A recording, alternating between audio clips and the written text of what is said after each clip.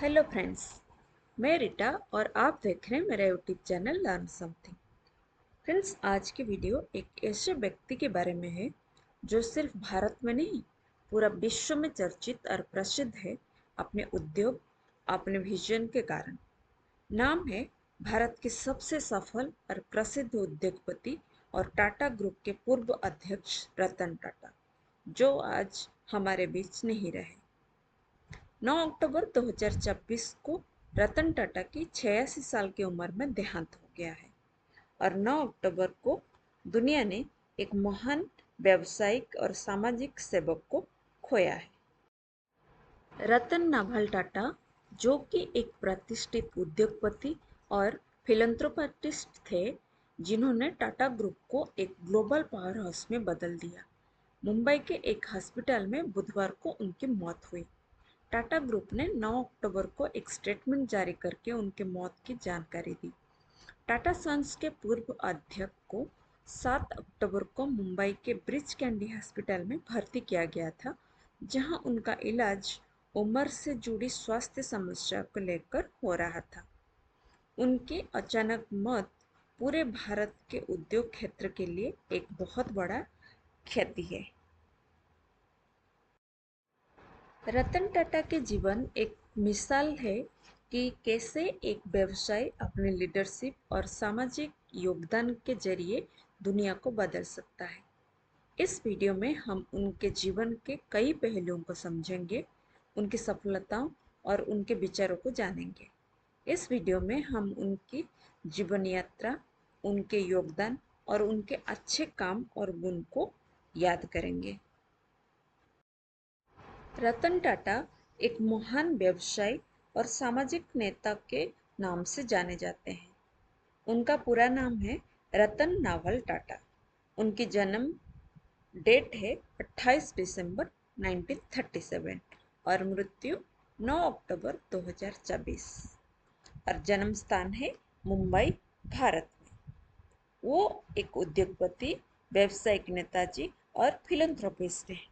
जीवन के क्षेत्र में उन्होंने टाटा ग्रुप, टाटा ट्रस्ट, उद्योग और सामाजिक सेवा में कई योगदान दिए हैं।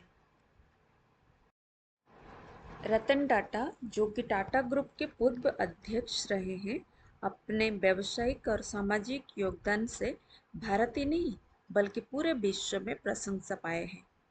उन्होंने अपनी जीवन यात्रा में न केवल एक सफल व्यवसायिक की तरह काम किया, बल्कि उन्होंने अपने मूल्यों, नैतिकता और सामाजिक जिम्मेदारी के साथ एक मिसाल भी पेश किए हैं।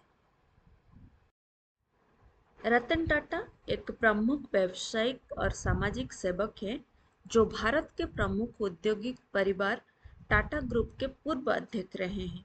उन्होंने अपने प्रभावों और नई सोच के साथ टाटा ग्रुप को दुनिया भर में पहचान दिलाई। उनके नेतृत्व में टाटा ग्रुप ने कई बड़े सफलताएं हासिल की और ये व्यवसाय के क्षेत्र में अपने नियम, मूल्यों और सामाजिक जिम्मेदारी के लिए प्रसिद्ध है। रतन टाटा की बचपन और शिक्षा के बारे में थोड़ा जानते हैं।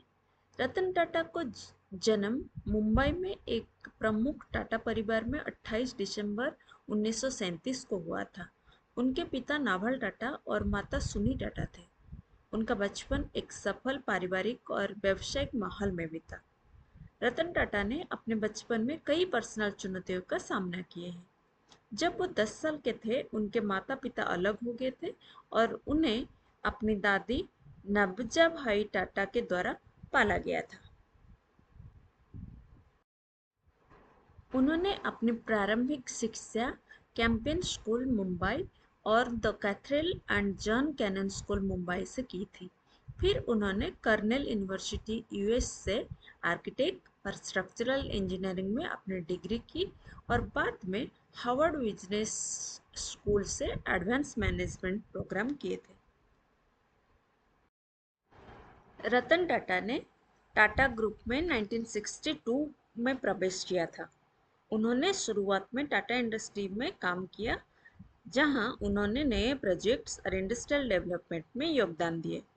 टाटा ग्रुप में अपने सफ़र का आरंभ उन्होंने जेआरडी टाटा के अंडर किया, जो उनके मेंटर भी थे। 1995 में रतन टाटा को टाटा सन्स का अध्यक्ष बनाया गया। जेआरडी टाटा के बाद उन्होंने टाटा ग्रुप को नया दौर में ले जाने का काम किया। उन्होंने कंपनी की दिशा को बदल दिए और नए नए उद्योग में भी प्रवेश किया।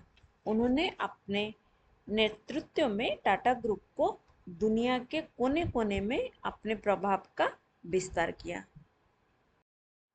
अब हम रतन टाटा के मुख्य उद्योग और सफलता के बारे में जानते हैं। उनका व्यावसायिक विस्तार। रतन टाटा की लीडरशिप में टाटा ग्रुप ने कई महान अंतर्राष्ट्रीय अभियान किए, जैसे कि 2000 में टेटली को खरीदना। टाटा ग्रुप ने ब्रिटिश टी कंपनी टेटली को $450 मिलियन में खरीदा, जिससे उन्होंने अपना व्यावसायिक उपस्थिति को मजबूत की।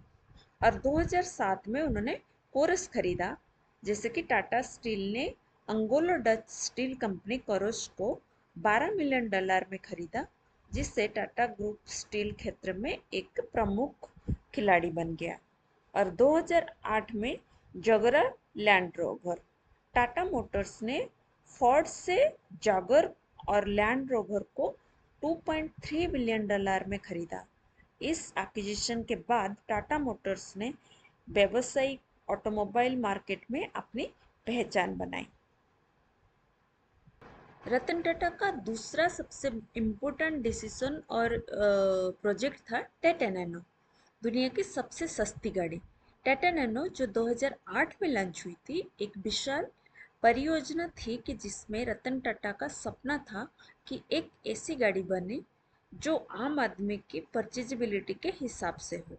नैनो की शुरुआत की गई थी ₹1,00,000, लगभग $2,000 के दाम पर, जो दुनिया की सबसे सस्ती गाड़ी थी।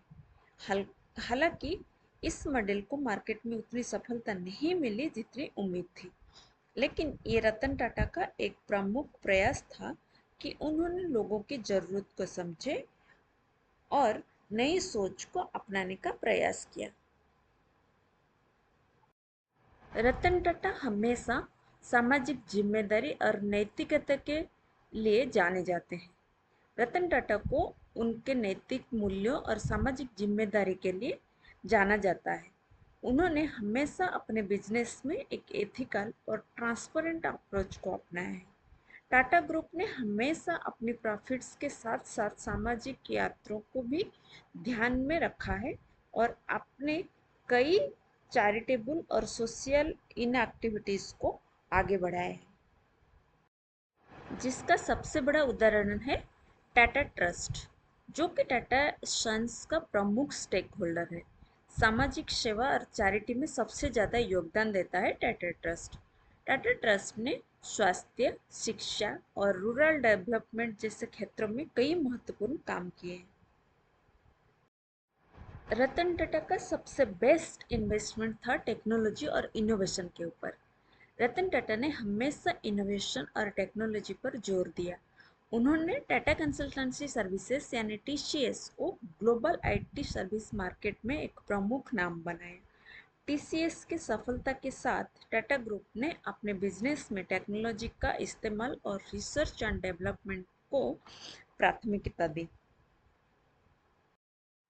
रतन टाटा का नेतृत्व एक प्रशंसनीय मॉडल है। उनका लीडरशिप स्टाइल हमेशा सड़े और लोगों के साथ जुड़ने वाला रहता है।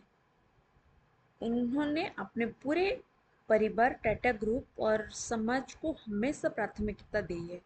टाटा ग्रुप की ग्रोथ उनके सामाजिक और नैतिक दृष्टिकोण से भी प्रभावित रही है। वो हमेशा अपने मेंटर जेआरडी टाटा के विचारों से प्रेरित रहे, जो कि उन्होंने अपने बिजनेस मॉडल में अपनाए। टाटा का मानना था कि एक व्यवसायिक को सिर्फ अपने लाभ के लिए नहीं बल्कि समाज के लिए भी काम करना चाहिए। रतन टाटा ने दिसंबर 2012 में टाटा सन्स के अध्यक्ष के रूप में अपना पद त्याग दिया। उनके बाद साइरस मिस्त्री को उनके जगह दिया गया, लेकिन मिस्त्री को 2016 में हटा दिया गया कुछ प्रॉब्लम की वजह से। रतन टाटा आखिरी लाइफ तक उद्योग और फिलंथ्रोपिस कार्यों में सक्रिय रहे हैं। उन्होंने अपने रिटायरमेंट के बाद भी उद्योग और चैरिटेबल बोर्ड पर काम किए हैं। रतन टाटा की लीडरशिप काफ़ी विनम्र और सादे थे। उन्होंने कभी भी अपनी सफलताओं को अपने लिए नहीं बल्कि अपने टीम और टाटा ग्रुप के लिए समर्पित किया।